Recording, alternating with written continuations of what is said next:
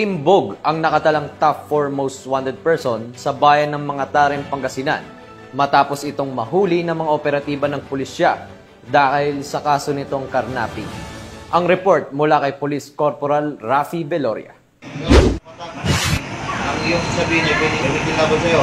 Napasakamay na ng mga otoridad ang kinikilalang top 4 most wanted person sa bayan ng mga Tarem, Pangasinan. Dakong alas 10 ng umaga, nito lamang ika-16 ng Hunyo taong kasalukuyan.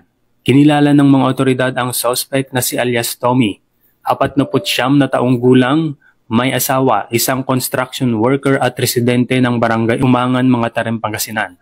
Ang operasyon ay isinagawa ng mga tauhan ng mga Tarem Municipal Police Station alinsunod sa warrant of arrest na nilagdaan ni Honorable Vincent Espinosa Lamog, Acting Presiding Judge, Regional Trial Court, Branch 38, Lingayen, Pangasinan, kaugnay sa kasong paglabag sa New Anti-Carnapping Act of 2016 na may piyansang nagkakahalaga ng 300,000 piso para sa kanyang pansamantalang kalayaan.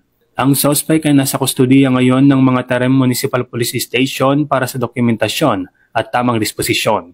Patuloy naman na pinapaigting ng ating mga kapulisan ang kanilang kampanya laban sa kriminalidad upang matiyak ang kaligtasan ng bawat mamamayan.